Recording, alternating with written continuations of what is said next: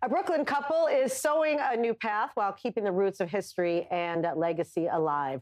Malya and William Levin are reviving a piece of land in southern Jersey dating back to their ancestors who fled the pogroms of Russia in the late 19th century.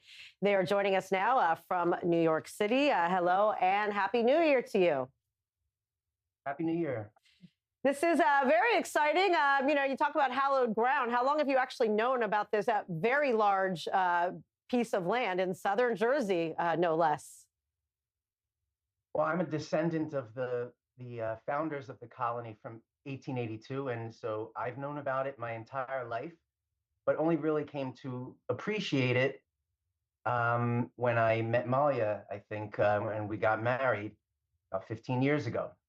Wow. So she, of course, through every standing behind every great man is a great woman. So, I mean, has this just been passed down from generation to generation, not even thinking about like the value, of this spot and, what it was used for back then? I think that my family appreciated the value. And in fact, the goal has long been to sell the land. But Molly and I took a different approach and thought, what could we do if we kept the land? And it was really when we met and we started realizing that there was a young Jewish farm movement and young people who were actively exploring Jewish identity and experiencing Judaism through land and farming that we decided we would try to get more actively involved and take it on a different path. I mean, it really is so interesting. I guess, an early American kibbutz type of thing.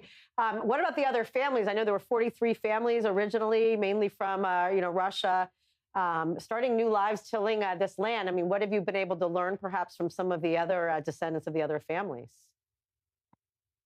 I think we're basically the last family standing.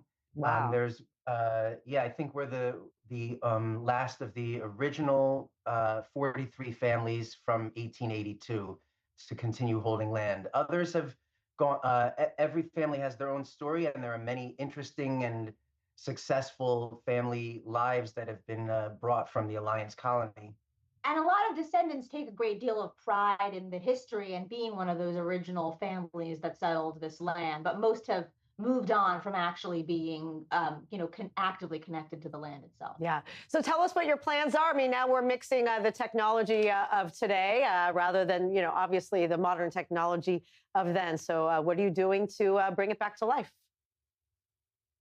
You want to take that? Sure. Well, we were really inspired. We are still actively inspired by the original settlers because, they weren't farmers like us. They were professionals who were fleeing persecution and were also attracted to these values and this ethos. And they just kind of put in hard work and kept trying different things to try to see what would work. And that's we've sort of taken a page from their book, and we've done all kinds of things right now. There's a mural that we commissioned that we're running some agro-tourism around. We have a noted portrait artist, Jonathan Blum, who did this whole beautiful mural showing the history of the community, and we have tourism around that. We have a micro vineyard that we planted. There's history of planting grapes in this immediate area and making kosher wine and selling it in the surrounding urban areas. We're still actively running Shabbatons and community events. The historic synagogue across the street from the farm is still standing and beautiful, and it is really a gathering place for locals, but also people from urban areas who are attracted to celebrating Jewish holidays and events in this setting. So we're really, we're doing a bunch of different things, and again, just sort of trying to see what works and what speaks to people and what can make this project work for us as we grow our own family. Wow, it's really cool, and it sounds so fulfilling and something your 4 children will be able to be proud of as they carry on the next generation of the legacy. God willing. We hope so, yes. Thank you so much, Malya and William Levin. Much appreciated. Thanks for having us. Thank you.